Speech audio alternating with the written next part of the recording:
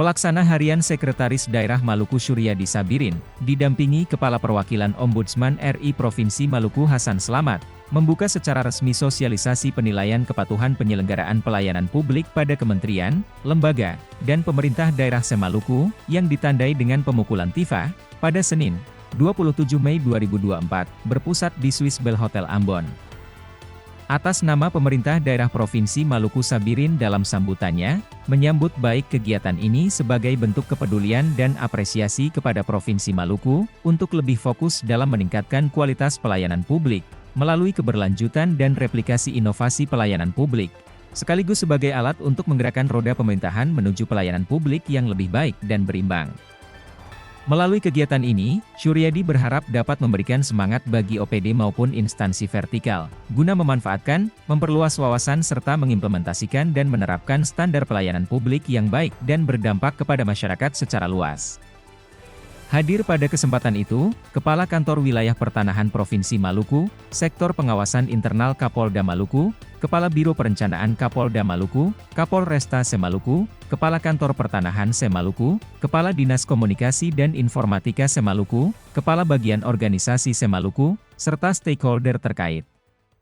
Atas nama Pemerintah Daerah Provinsi Maluku, saya menyambut baik kegiatan yang diinisiasi oleh Ombudsman ini sebagai bentuk kepedulian dan apresiasi kepada Provinsi Maluku untuk lebih fokus dalam meningkatkan kualitas pelayanan publik melalui keberlanjutan dan replikasi inovasi pelayanan publik, sekaligus sebagai alat untuk menggerakkan roda pemerintah menuju pelayanan publik yang lebih baik dan prima.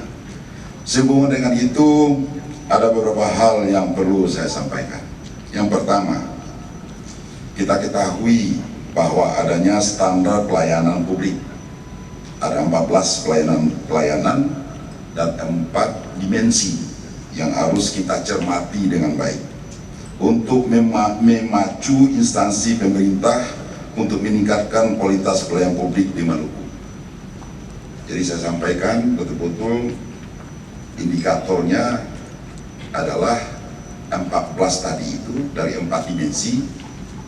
Kalau ini tidak dipahami, saya yakin menginputnya juga nggak tahu yang mau diinput yang mana gitu. Kuncinya itu aja tuh. 4 dimensi, input, output, dan segala macam tadi yang dibilang oleh Pak Ombudsman. Lalu ada 14 dimensi itu. OPD yang dinilai baik pertanahan, Kapolres maupun OPD Kabupaten Kota dan Provinsi paham itu dulu ya Pak Prof ya. Saya minta Pak Prof tegaskan itu yang 14 itu yang mana-mana aja tuh. Emangnya susah banget itu. Yang susah tuh masuk surga. Betul nggak? Selagi manusia yang bikin tuh gampang itu asal sungguh-sungguh. Yang butuh tuh fokus dan sungguh-sungguh serta ikhlas. Kalau 3 itu jadi, saya rasa Maluku ini yang terdepan di Indonesia. Kita sepakat ya? Tidak ada lagi yang kuning-kuning itu. Kita hijaukan ini dia. Kita sepakat hari ini hijau. Tahun 2024 ini hijau semuanya. Itu penekanan dari Pak Pejabat Gubernur. Lalu dengan melalui kegiatan ini dapat memberikan semangat bagi OPD maupun instansi vertikal guna bagaimana memanfaatkan, memperluas wawasan serta mengimplementasikan serta dan menerapkan standar pelayanan publik yang baik dan berdampak pada masyarakat secara luas.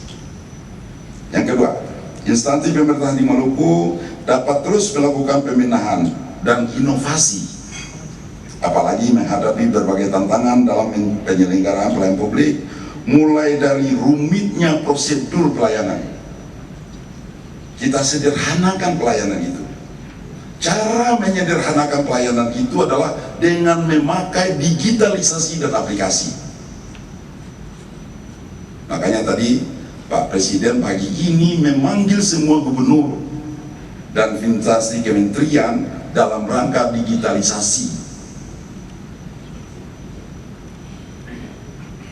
kita mulai melakukan itu, menyederhanakan prosedur itu, jangan lagi dipersulit.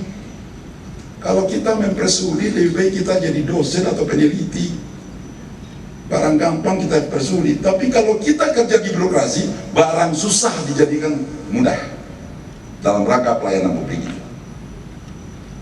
Itu titipan yang kedua dari Pak Gubernur.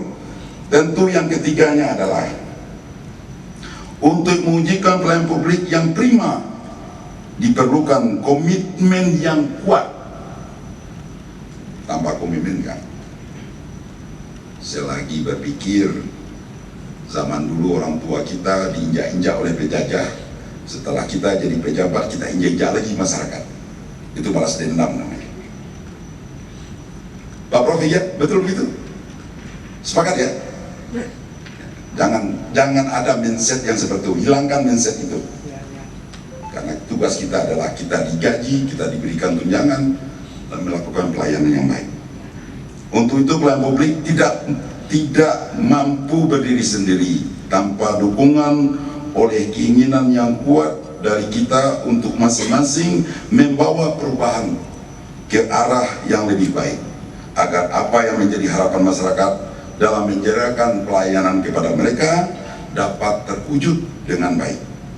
Kepada seluruh peserta baik dari provinsi maupun kabupaten kota, saya ingatkan untuk terus melakukan langkah-langkah percepatan penyelenggaraan inovasi dalam rangka pelayanan publik setiap instansi masing-masing dengan mengidentifikasi masalah pelayanan publik di berbagai sebagai dasar untuk memenuhi inovasi yang akan direplikasi ke depan nantinya.